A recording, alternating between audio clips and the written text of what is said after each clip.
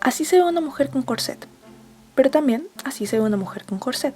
Entonces la pregunta es, ¿el corset fue una herramienta de sufrimiento que la mujer debía usar para ser aceptada socialmente debido al patriarcado regente en esa época? Agárrese fuerte y aguante el resuello. ¡Mami! ¡El desayuno de la señorita Carlata! Llévatelo a la cocina, no probaré ni un bocado. ¿O era útil y traía beneficios a quien lo usaba? Pues la verdad se puede decir que las dos están correctas. Primero debemos remontarnos a 1700 a.C., aproximadamente en Grecia, en la isla de Creta, donde se tienen registros de los primeros corsets.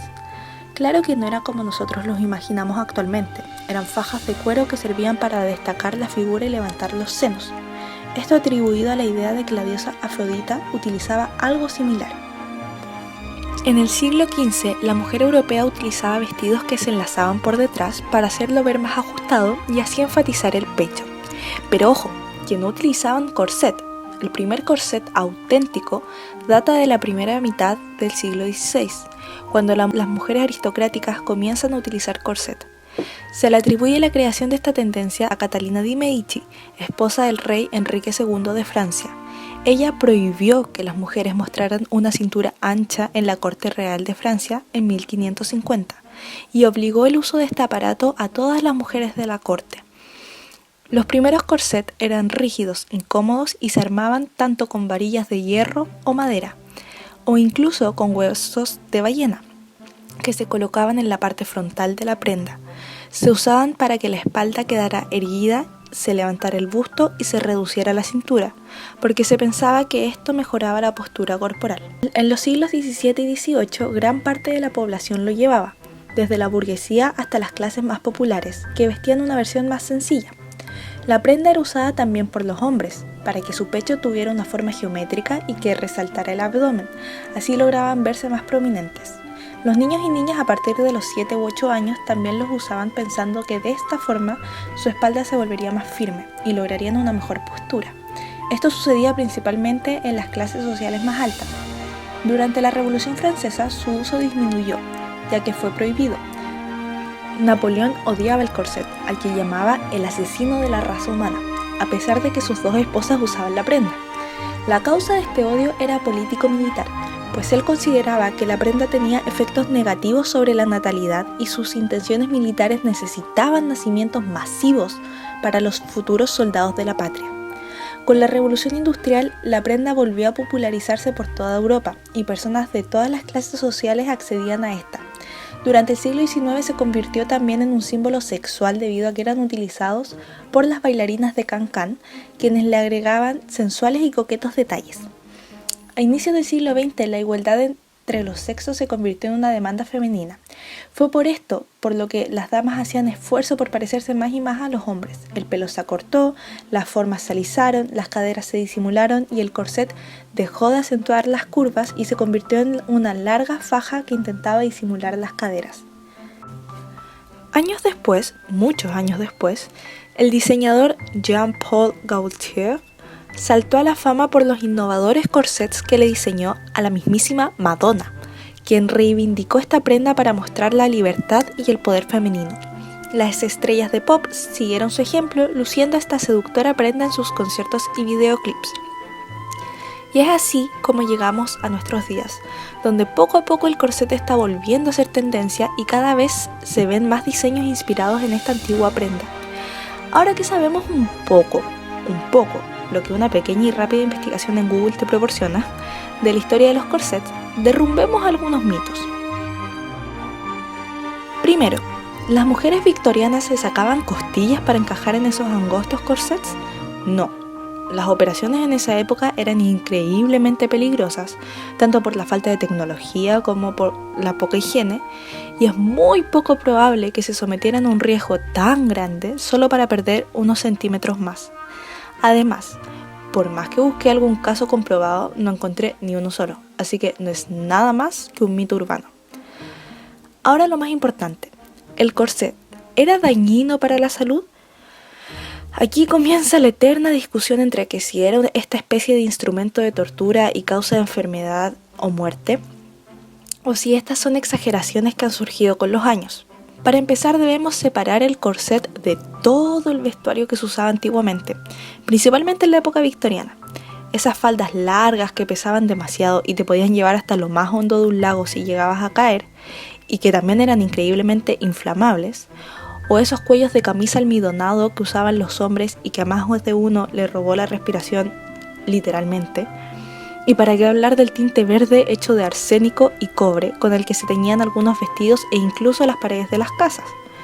Si nos concentramos solo en el corset, que ahora parece inofensivo, las mayores críticas que se hacen hacia este es que provocaba la tuberculosis, dañaba la columna, les podía llegar a deformar la cavidad pulmonar y provocaban el desplazamiento de órganos. ¿Qué tanto de esto es cierto? Que provocara tuberculosis es muy poco probable. Es mucho más posible que se contagiaran de cualquier otra forma, que no era muy difícil la verdad, a que el corset provocara esta enfermedad en concreto. Todo lo demás, bueno, primero hay que hacer unas distinciones. El corset, si se utilizaba correctamente, debía brindar soporte. El corset ayudaba a distribuir el peso del pecho de forma equitativa en todo el cuerpo y no debía inmovilizar, ya que, recordemos, las mujeres obreras también lo utilizaban y no podían usar algo que les impidiera hacer el trabajo. Pero ¿adivinan quiénes no trabajaban? 5 segundos. Exacto, la nobleza y la aristocracia. Las mujeres de esta clase llevaban el uso del corset al límite. Algunas damas de la alta sociedad se reservaban el tight lacing, que implicaba ajustar el corset para que se apriete lo máximo posible para eventos formales tales como bailes o reuniones sociales. Y, si se excedían, les podría ocasionar desmayos por la reducción de la caja torácica que privaba a los pulmones de recibir el aire necesario. Pero muchas otras mujeres lo utilizaban de esta forma en todo momento. Y esto sí les podían provocar daños como deformar la cavidad pulmonar y provocar el desplazamiento de órganos. Aunque esto en esos momentos no podía ser científicamente comprobado debido a que los rayos X recién se inventaron en 1895 y por lo tanto los dibujos como estos lo único que buscaban era intentar asustar y terminar con el uso de la prenda. Pero, ¿por qué? ¿Y quiénes querían que se dejara de usar el corset? La respuesta les puede sorprender. Los hombres. Exacto. El que se supone que les impuso a las mujeres el uso de este artilugio ahora quería que lo dejaran de usar, aunque recordemos que en Francia fue Catalina de Medici la que lo impuso como obligación y de aquí se difundió por toda Europa. De más está decir que ella era mujer. Pero, ¿por qué? Bueno, no hay que generalizar de que todos los hombres querían acabar con el corset. Los puritanos, por un lado, criticaban lo provocativo de las prendas y pedían una vestimenta más modesta. Y por otro lado, otras autoridades masculinas conservadoras de la época, incluyendo doctores, se opusieron al corset debido a todos estos supuestos males que producían, ya que provocaba riesgos en caso de las embarazadas. Aquí hay un punto un poco obvio, que tal vez los hombres de la época, que no se metían mucho a ver las situaciones de las mujeres, no sabían, y era que las mujeres durante el embarazo tenían unos corsets especiales, y que cuando ya se volvía demasiado prominente el embarazo, derechamente no usaban ningún corset. Incluso, normalmente ni siquiera salían de la calle, pues debían estar encerradas en una habitación preparándose mentalmente, por así decirlo, para dar a luz. Y para después del parto era muy recomendado por parte de las parteras el uso de corset para recoger la piel flácida y las estrías. Incluso se recomendaba para curar la infertilidad femenina causada por una enfermedad que llamaban frío en el útero, aunque esto último no está confirmado y no se sabe si realmente servía. Pero entonces, ¿cuál era la verdadera razón por la que querían que las mujeres no usaran más corsets? Muy simple, porque esto permitía expresar sexualidad de una forma socialmente aceptada. Los corsets eran fuertemente asociados a la belleza erótica femenina, por acentuar las curvas, aunque al mismo tiempo, contradictoriamente, también funcionaba como un símbolo de respetabilidad porque controlaba el cuerpo y, por extensión, a las pasiones físicas. Entonces, ¿qué estaba pasando? Pues que las mujeres estaban alcanzando un cierto empoderamiento, y eso no les gustaba a los hombres, obviamente. Es aquí donde tenemos que aclarar que el corset sí tenía cosas buenas, por si no quedó claro, y muchas, como por ejemplo mejorar las malas posturas, estilizar el cuerpo, dar soporte a los pechos y distribuir el peso de estos. Incluso tenían connotaciones positivas, como estatus, disciplina, aristocracia, respetabilidad, belleza o juventud.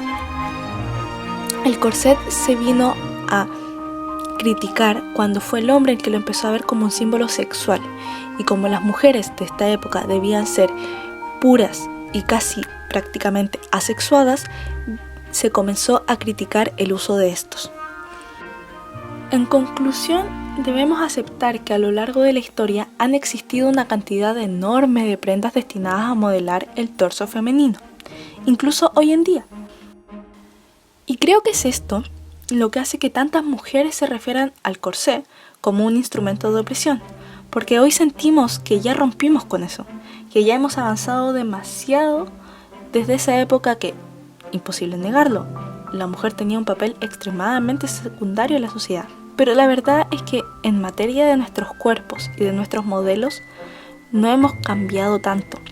Siguen existiendo medios artificiales para tener una figura a la moda y nos sigue faltando mucho para romper con todos los estereotipos y poder liberarnos realmente. Por supuesto, algunas mujeres sí experimentaron el corset como un asalto a sus cuerpos, pero reducir a las mujeres como simples víctimas se pasa a llevar la verdadera razón de por qué, por casi 400 años, las mujeres continuaron utilizando esta prenda. Y es que, parece increíble decirlo, pero ¿puede ser que esto haya sido un símbolo de empoderamiento? ¿Una manera de expresarse y de sentirse capaces de todo? Y esa es la principal razón de por qué se intentó detener, porque se estaban volviendo tal vez demasiado poderosas. Se podría hacer una comparación con el uso de los tacones altos de hoy en día. A algunas nos hace sentir incómoda, nos provoca dolores y la mayoría de las veces que los usamos es porque una determinada situación formal nos obliga a hacerlo. Mientras que hay otras personas que el uso de tacones las hace sentir más empoderadas, libres, imponentes y más protegidas. El tema de si el corset fue o no fue una opresión hacia la mujer es probable que siga por mucho tiempo más. Pero yo quería intentar dar otro punto de vista que no es tantas veces comentado como el que afirma capa y espada que fue una imposición patriarcal y no acepta ningún argumento en contra. Yo siento que no se debe ver como una jaula que encerraba a la mujer y que no la dejaba liberarse, sino tal vez como un instrumento que le sirvió a esta misma como un modo de expresarse y de descubrir incluso su propia sensualidad. El corset en un inicio, imitando el mundo masculino y militar, era considerado como una armadura física y moral de la mujer. Y tal vez eso fue una armadura, una protección que las hacía sentir seguras. Espero que les haya gustado este video donde cuento un poco de la historia del corset y doy mi opinión. No soy una experta en el tema, pero es algo que siempre me ha interesado y quise hacer una pequeña investigación, así que espero que a más de alguien le haya servido y le haya interesado y quieran investigar más por su cuenta. Si ustedes opinan distinto o tienen datos que agregar, pueden dejarlo abajo en los comentarios que de seguro voy a leer todos. Y dejaré en la descripción los links de mis principales fuentes. Espero que los hayan disfrutado y nos vemos, nos escuchamos.